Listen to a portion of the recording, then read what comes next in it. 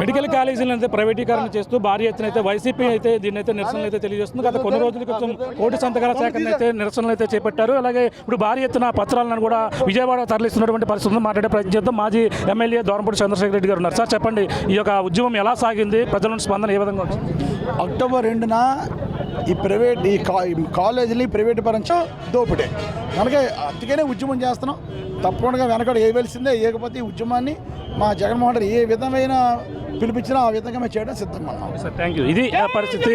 ఏదైతే ప్రైవేటు కాలేజీల నిరసన అయితే భారీ ఎత్తున అయితే దీన్ని అయితే పూర్తిగా వ్యతిరేకిస్తున్నారు. అలాగే ప్రైవేటీకరణ కూడా పూర్తిగా వ్యతిరేకిస్తూ గత కొన్ని రోజుల నుంచి చేపట్టినటువంటి సంతకాల సేకరణ, కోటి సంతకాల సేకరణ పార్టీలకు అతీతంగా వచ్చి అందరూ కూడా సంతకాలు వేశారు. ఈ నేపథ్యంలో వాటిని అయితే భారీ ఎత్తున ఏదైతే కాకినాడ జిల్లా నుంచి మొత్తం 4,20,000 మంది ఈ యొక్క సంతకాలు అయితే సేకరించి వాటిని అయితే ఈరోజు ఆ పత్రుల్ని భారీ ఎత్తున జిల్లా ప్రధాన వైసీపీ కార్యాలయంకి అయితే తరలిస్తామని కూడా చెప్పుకొస్తున్నారు. ఏదేమైనా ఈ నిర్ణయాన్ని కూటమి ప్రభుత్వం వెంటనే వెనక్కి తీసుకోవాలి. సీనియర్ నాయకుడిగా ఉన్నటువంటి చంద్రబాబు కూడా ఇటువంటి నిర్ణయం సరైనది కాదంటూ కూడా, అలాగే కాకినాడ సిటీ మాజీ ఎమ్మెల్యే దోరంపూడి చంద్రశేఖర్ రెడ్డి చెప్తున్నటువంటి పరిస్థితి ప్రధానంగా ఉందని చెప్పాలి. ఇది ఉన్న తాజా పరిస్థితి. కెమెరా అనిల్తో ప్రకాష్, ఆర్టీవీ.